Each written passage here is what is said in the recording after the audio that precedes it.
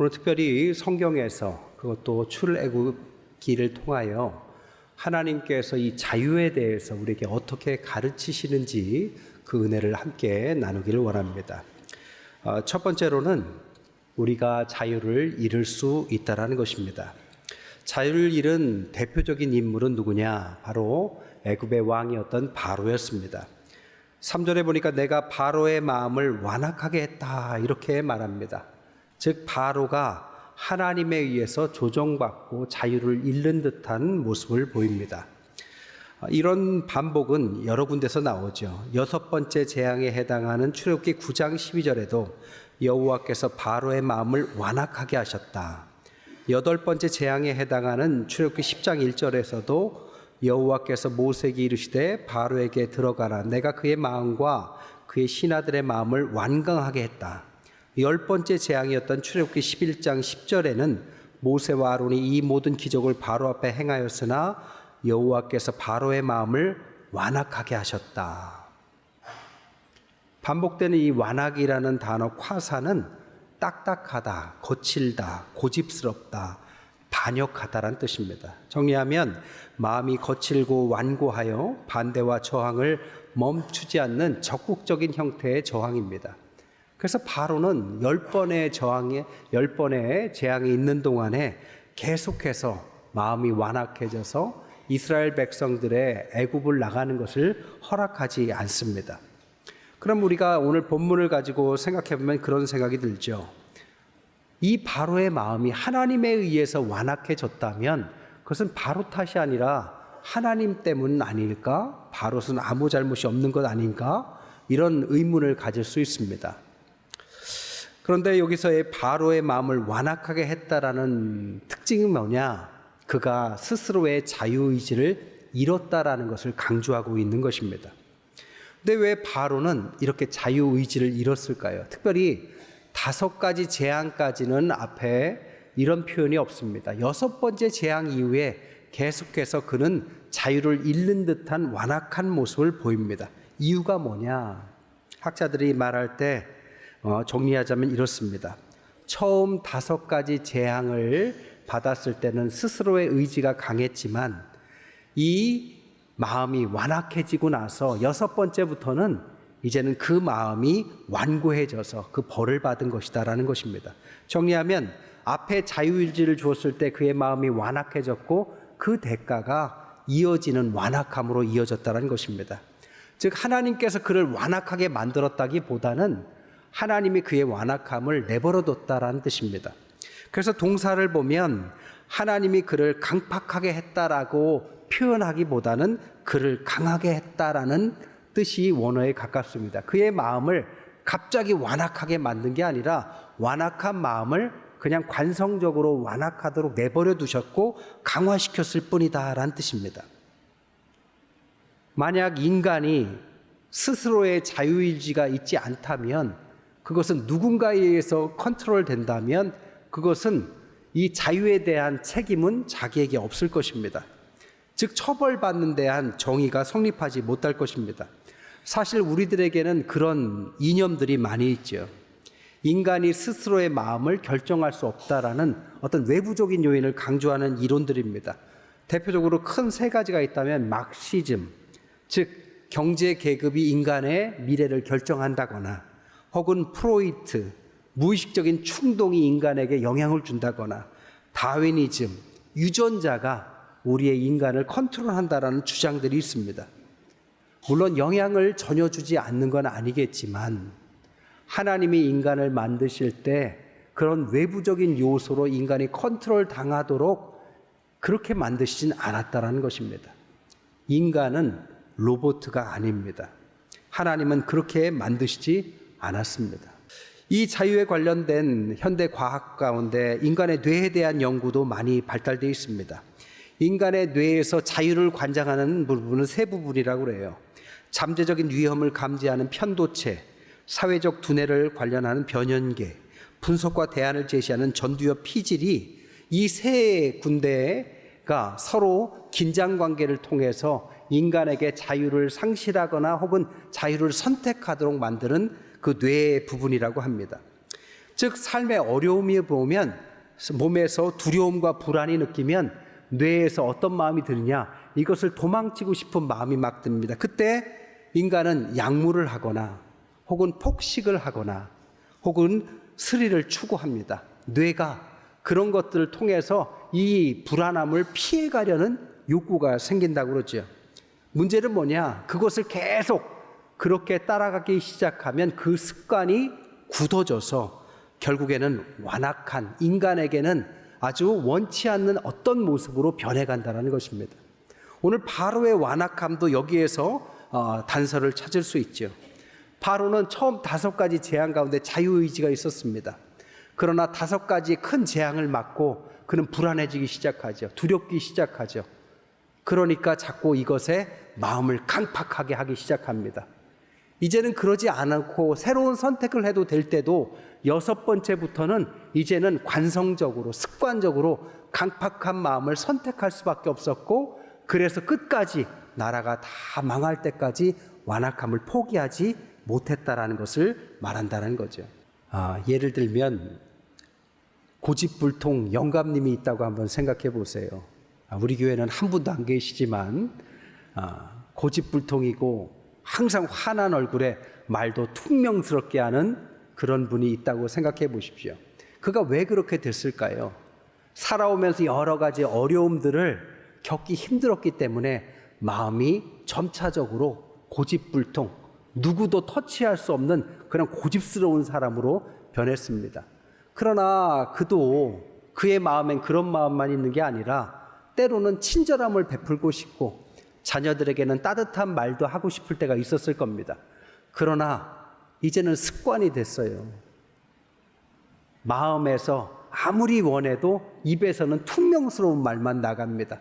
표정이 부드럽게 변해지지 않아요. 습관화가 됐고 완전히 이제는 패턴이 강화가 된 거죠. 오늘 바로가 그렇게 됐다라는 거죠. 하나님 앞에서 그는 선택할 수 있는 자유를 있었음에도 불구하고 그것을 끝까지 노력하지 않은 결과로 결국에는 이렇게 고집불통인 완악한 사람이 돼버린 것입니다. 오늘날 현대에서 자유를 포기하고 도망치기 시작한 사람들이 겪는 문제가 뭐냐? 중독의 문제입니다. 중독이 뭡니까? 자유를 잃어버리게 된 거죠. 일도 중독할 수 있습니다. 알코올도 중독할 수 있습니다. 때로는 게임도 중독할 수 있습니다. 왜요? 어떤 것을 피하기 위한 선택이었는데 시간이 지나면서 점차적으로 굳어져서 이제는 하고 싶어도 도망갈 수 없는 자신을 만들어낸 거죠. 여러분, 자유는 이렇게 잃어간다는 것을 바로를 통해서 성경은 가르치고 있다는 것입니다. 반대로 얘기하면 우리의 자유는 쉬운 것이 아니라 애써서 추구하고 노력해서 얻어내고 우리의 마음과 뇌에서 싸워가면서 견뎌내야 얻어진다는 거죠. 자유를 위한 대단한 노력과 준비가 있어야만 자유는 우리에게 주어진다는 것입니다. 일본에서 해방된 지 지금 80주년이 됐지만 일본의 식민지를 겪기 400년 전에도 똑같은 나라 일본한테 국권을 찬탈당할 뻔한 전쟁이 있었지요. 그게 임진왜란입니다. 7년간의 전쟁 속에서 나라가 거의 국권을 잃을 뻔하다가 구사일생으로 우리나라가 국권을 얻게 되죠.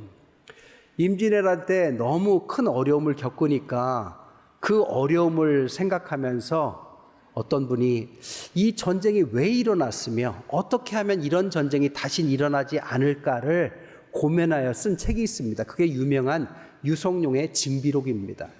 이 징비록이라는 징비록의 뜻은 지난 일을 징계하고 후환을 대비한다라는 후세들, 우리 같은 후손들에게 다시 이런 어려움을 겪지 않도록 쓴 아주 대단한 책입니다. 그 책에 보면 이 임진왜란의 원인을 이렇게 말해요. 첫째, 무능한 지도층, 즉 왕조도 문제였고 신하들도 당리당략에 당파만 관심이 있었다. 두 번째, 일본에 대한 오판, 우리나라가 만만히 봤던 일본이 강해졌는데도 불구하고 일본에 대한 오판이 있었다. 세 번째로는 인재를 적재적소에 등용하지 못하고 결국엔 그것이 전략적인 부재로 전쟁에서 쉽게 지게 됐다라는 거죠. 그럼 어떻게 대비하느냐? 이렇게 말합니다. 국가의 안일함을 벗어나라. 이제는 긴장하고 준비해라. 두 번째, 외교와 강력한 군사력을 준비해라. 그리고 마지막으로는 후세한테 이런 어려움들을 잘 가르쳐서 준비케 하라. 얼마나 좋은 교훈이었습니까? 그 책을 줬는데도 불구하고 400년 후에 정확히 그 나라에 의해서 국권을 찬탈당한 것입니다. 여러분, 알고 있었어요. 준비해야 된다는 사실도 알고 있었어요. 그리고 준비시키려고 노력도 했습니다. 그러나 자유를 잃게 되죠. 여러분, 자유라는 것이 이렇게 얻기가 힘든 것입니다. 그럼 어떻게 자유를 얻을까요? 성경은 세 가지를 하라고 합니다. 첫 번째로는 의도적으로 자유를 성취하라, 노력하라, 애써라, 추구하라, 이렇게 말을 합니다. 오늘날 우리 대한민국은 자유로운 나라입니다. 하지만 개인적으로도 우리는 자유에 대한 추구를 노력해야 됩니다. 많은 크리스찬들이 개인적으로도 훌륭한데 나중에는 잘못된 선택을 하는 경우도 많아요. 왜냐? 내가 지금 이것을 해야 할까, 하지 말아야 할까에 대한 선택의 자유를 잘못 오용했기 때문이죠. 자유란 이런 개인에서부터 큰 미래까지 연결됩니다. 그래서 우리 크리스찬들은 항상 하나님 앞에 기도해야 됩니다. 어떤 선택지마다 이 자유를 통해서 나는 어떤 것을 선택할지에 대한 깊은 기도를 통해서 선택해야만 실수하지 않는 거죠. 여러분, 자유는 그냥 선물이 아닙니다. 성취해야만 얻어질 수 있는 거죠. 성경을 보십시오. 가장 강력한 나라의 왕도 자유를 잃을 수 있었습니다. 하지만 노예라 할지라도 하나님에 의해서 자유는 얻어질 수 있었죠. 성경은 그것을 이야기하는 거죠. 자유를 사용하고 추구하면 얻어질 것이고, 자유를 쉽게 생각하면 아무리 강력한 사람이라도 잃게 되는 게 자유입니다. 출애굽기를 보면 노예가 자유를 얻기까지 얼마나 긴 여정이 필요한지를 우리가 알 수 있습니다. 자유를 얻기까지 400년이나 걸리죠. 자유가 주어졌지만 그 백성들이 여전히 자유를 추구하지 않아요. 노예 근성으로 금방 회귀합니다. 광야에 갔을 때 어려울 때마다 옛날 노예 때가 좋았다고 과거 타령을 합니다. 또한 새로운 나라에 새로운 국가를 세우고 새로운 땅을 줘도 자유인답게 살지 못해요. 하나님 앞에 살지 못하고 여전히 우상에 찌들어가면서 노예 근성을 버리지 못합니다. 자유란 이렇게 추구하기가 어렵다는 것을 말하는 것입니다. 두 번째, 성경은 어떻게 가르치느냐? 자유를 위해서 자녀들을 교육하라, 가르치라라고 가르칩니다. 브루스 파일러의 가족을 고쳐드립니다라는 책이 있어요. 현대 가족들이 어떻게 하면 어려움 가운데서도 가족을 단단하게 지켜갈 수 있느냐에 대한 지침서로 유명합니다. 그 책에 보면 가족을 지키기 위한 가장 중요한 덕목 중에 하나는 가족의 이야기를 발전시켜라라고 권면하고 있어요. 그러니까 우리 가족은 어떻게 살아왔고 어떻게 살고 있고 어떻게 가고 있다라는 스토리를 가족들이 공유하면서 정체성을 형성하는 것이 중요하다라고 가르칩니다. 여러분, 가족 이야기는 가족 이야기를 넘어서 큰 무엇과도 연결이 됩니다. 성경은 사실 출애굽기의 사건으로부터 시작했다고 봐도 과언이 아니에요. 근데 성경의 첫 번째는 출애굽기가 아니라 창세기입니다. 출애굽기를 설명하기 위해서 창세기부터 시작해요. 아브라함부터 시작하고 아들을 낳아서 이삭이 되고 야곱이 되고 12아들이 되고, 그래서 요셉을 낳고 애굽에 들어가서 400년이 흘러서 출애굽했다를 설명하기 위해서 한 가족에서부터 출발합니다. 가족의 이야기를 통해서 우리가 어떤 존재인지에 대한 정체성을 말한다라는 거죠. 여러분, 모세가 출애굽시킬 때 그의 백성들에게 이렇게 말하지 않습니다. 자유를 추구합시다. 여러분, 속박의 사슬을 끊읍시다. 여러분, 앞으로 우리가 가야 될 길은 험난하지만 견뎌봅시다. 하지만 가보면 좋은 땅이니 괜찮습니다. 이런 이야기를 별로 하지 않습니다. 오히려 이렇게 가르쳐요. 출애굽기 12장 26절에 보면 이후에 너희의 자녀가 묻기를 혹은 출애굽기 13장 8절에 너는 그날에 내 아들에 보여 이르기를, 출애굽기 13장 14절에는 후일에 내 아들이 내게 묻기를, 즉 출애굽에 대한 정당성과 기억을 전수하기 위해서 어떤 일을 하느냐, 그의 가족의 이야기, 그의 민족의 이야기를 통하여 먼 미래의 후손들에게 뭘 가르칠지를 가르친다라는 것입니다. 아브라함으로부터 시작해서 우리가 어떤 민족이 됐고 그리고 앞으로 어떤 민족이 돼야 한다라는 사실을, 이 자유를 얻은 기억들을 전수시킨다라는 거예요. 이것은 단순히 출애굽, 자유를 얻었다라는 한 민족의 이야기를 넘어서 너희들의 뿌리가 무엇이었고 하나님의 아브라함을 왜 불렀는지에 대한 기원으로부터 가서 우리가 어떤 존재인지, 당연히 우리는 애굽을 벗어날 것이고 당연히 나라를 세울 것이고, 우리는 이 나라를 세워서 우리끼리 잘 사는 게 아니라 온 인류를 위해서 복받은 민족이고 우리를 통해서 전 세계가 부강하게 될 것이다. 왜? 하나님이 우리를 그렇게 불렀다라는 것을 가르쳐라, 이렇게 가르쳤다라는 것입니다. 그것은 어떠한 교육보다도 강력하게 자유를 추구하게 만들었고 웬만한 것을 넘어가게 만드는 굉장한 부르심이라는 거죠. 여러분, 오늘날 우리들이 왜 예수를 믿습니까? 우리의 미래는 어떤 존재입니까? 우리 가족이 잘 되고 자녀가 잘 되는 것이 우리의 궁극적인 목적입니까? 우리나라가 해방됐으니까 우리나라만 잘 살면 됩니까? 아니죠. 우리도 영적인 아브라함의 후손답게 우리가 어떤 뿌리부터 시작됐고 어디로 가야 될지를 성경을 통해서 깊이 성찰하라는 것입니다. 그냥 성공한 노벨상을 탄 사람들이 많이 나오고 세계적인 기업가가 많이 나오는 게 목적이 아니라, 그 모든 목적의 끝은 온 인류를 하나님이 축복하시기 위한 하나님의 선택과 부르심에서부터 시작됐다는 사실을 잊지 말고 자녀들에게 가르쳐라. 그런데 그것이 강력한 자유를 위한 동기가 된다는 것이죠. 마지막 세 번째로는 가장 중요한데요, 성경이 가르치는 자유는 단순히 인간의 자유를 넘어서 진정한 자유를 추구하기 위해서 뭘 가르치느냐? 안식일, 오늘날 주일을 지켜라 라고 가르친다는 것입니다. 안식일과 주일이 왜 자유와 관련이 될까요? 오늘날 우리가 쓰고 있는 이 성경은 첫 구약 성경이 헬라어로 번역된 것이 첫 번째 번역인데, 이때 70명 이상의 사람들이 함께 번역했다고 해서 70인역이라고 합니다. 이게 최초의 구약 번역본이에요. 거기서부터 오늘날 이 성경까지 이어져 와요. 근데 70인역으로 번역해 오면서 히브리 원서와의 약간 오역, 어찌 말하면 약간의 뉘앙스 차이가 하나 큰 것이 있다면 바로 뭐냐면 천지창조 부분입니다.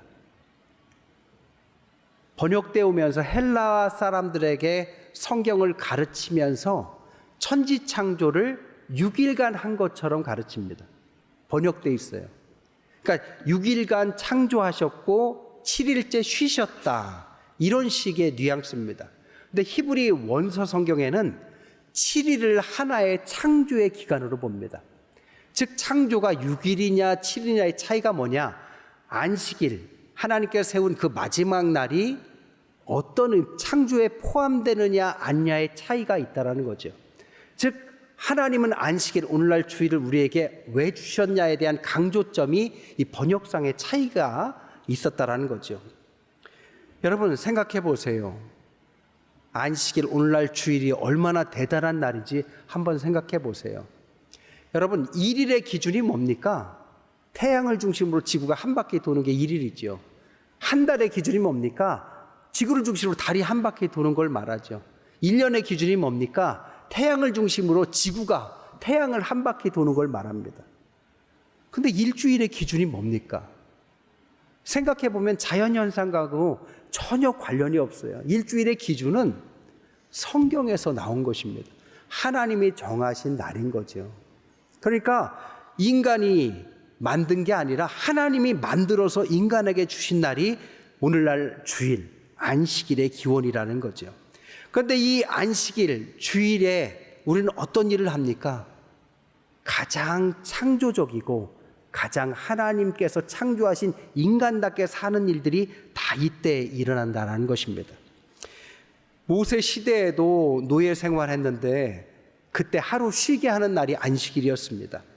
광야에서 만나를 주실 때도 노동하지 않도록 만나를 안식일 전날에 2배를 주셨죠. 하나님께서 지켜주셨습니다. 왜요?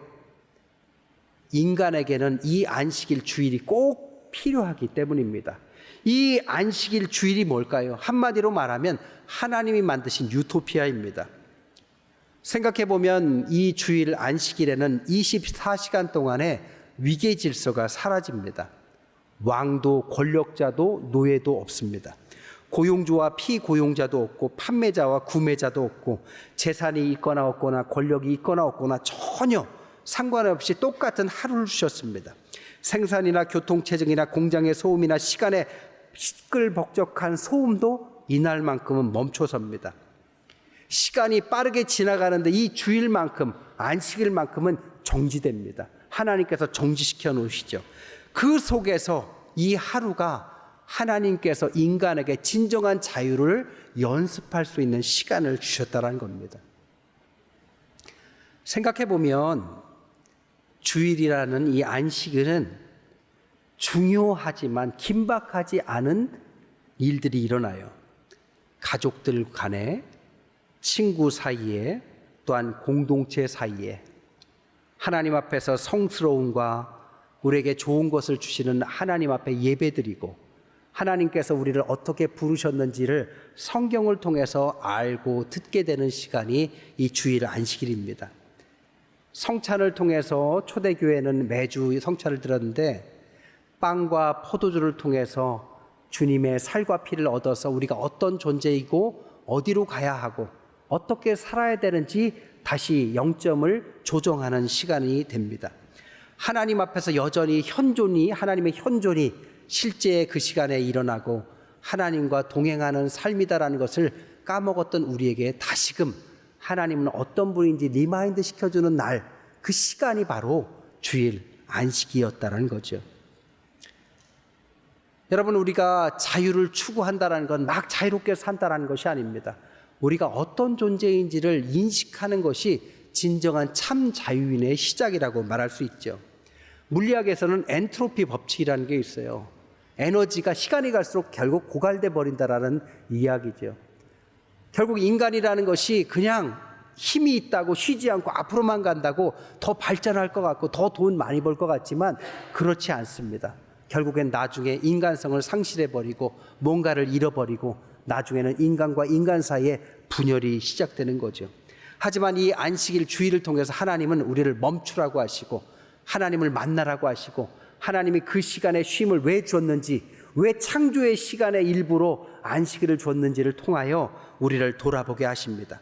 그래서 그 시간을 통해서 에너지의 원천을 받고 결국에는 우리가 이어갈 수 있는 창조가 이어질 수 있는 참 자유인으로 만드는 것이 하나님께서 가르치신 자유의 방법, 자유의 연습 시간, 안식일, 오늘날 주일이라는 것입니다. 말씀을 정리할게요. 올해는 해방 80주년이자 원폭 투하 80주년, 2차 대전 종전 80주년입니다. 결국 이 세 가지가 같은 날이죠. 우리나라도 우리 스스로 자유를 얻었다기보다는 하나님의 도우심으로 자유를 얻었습니다. 나라와 민족, 이렇게 자유로운 나라에서 태어나서 하나님 앞에 예배드릴 수 있고 또 살아갈 수 있는 은혜가 얼마나 큰지 모릅니다.